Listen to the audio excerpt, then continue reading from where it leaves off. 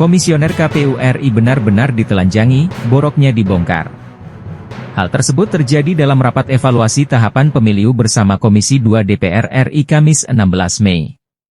Sejauh amatan kami, hal yang disoal oleh anggota Komisi 2 lebih ditekankan pada soal moralitas komisioner dalam melaksanakan tugas. Kesimpulan kami, kemuliaan tak lagi dimiliki oleh komisioner KPU. Salah satu contoh penyebabnya adalah penggunaan jet pribadi untuk keperluan cek logistik di Bali. Hal tersebut diakui sendiri oleh Hasyim Asyari. Kemudian yang berikutnya, untuk soal penggunaan pesawat pribadi, pesawat charteran untuk yang kita charter itu tujuan utamanya adalah untuk memastikan konsolidasi logistik dalam kepemiluan ini bisa dicapai dengan baik. Jadi tujuannya memang itu, karena memang logistik ini kan masif dan waktu untuk pengadaan maupun distribusinya, sebagaimana kita ketahui juga dalam jangka waktu yang pendek, sehingga kita ingin memastikan bahwa semuanya itu dapat terdistribusi dengan baik sampai ke tujuan, yaitu di TPS H-1 di masing-masing TPS. Kemudian soal penjelasan Hasyim langsung di soal Reska Oktoberia, anggota Komisi 2 DPR dari fraksi Demokrat. Cecarnya, apa urgensinya KPU ini memakai private jet ke Bali? Kegiatannya, kalau saya nggak salah nih, kalau salah tolong dikoreksi. Monitor gudang dan sortir lipat surat suara. Yang kedua, kegiatan pinjam pakai gedung di Kabupaten Badung. Apa urgensinya? Pemilu juga belum besok paginya. Ini masih tanggal 11 Januari. Berangkatnya 10 Januari. Masih sebulan lagi pemilu. Mau ngirim logistik ke Bali, pakai darat juga masih keburu. Pakai private jet, mau berapa banyak logistik terbawa? Ini saya minta dijawab nih pimpinan. Karena nggak masuk akal.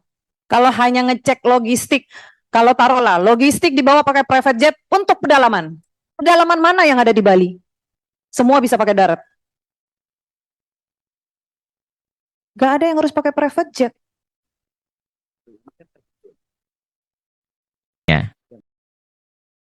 hemat kami, kalau sekedar memastikan ketersediaan logistik lebih baik dikerjakan oleh tenaga sekretariat KPU pusat dan daerah. Yang bisa dilakukan dengan memanfaatkan IT. Sekretariat KPU pusat bisa meminta laporan ke sekretariat KPU provinsi. Demikian pula sekretariat KPU provinsi bisa minta laporan KPU kabupaten. Jadi keharusan memastikan ketersediaan logistik tidak harus dilakukan oleh komisioner dan tak harus pula terjun ke lokasi. Dengan mekanisme ini komisioner bisa lebih fokus pada penyelenggaraan pemilu. Bukan hanya sewa jet saja di soal, tapi juga pelaksanaan PSU di Kuala Lumpur. Berikut saya juga tanya, yang PSU Kuala Lumpur, berapa jumlah petugas dari Indonesia yang dibawa ke Kuala Lumpur? Berapa orang jumlahnya? Coba dijawab.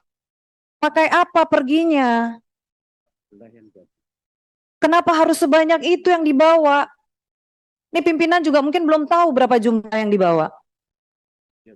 Saya minta ini dijawab. Berapa orang jumlah petugas yang dibawa untuk menjadi panitia PSU di Kuala Lumpur?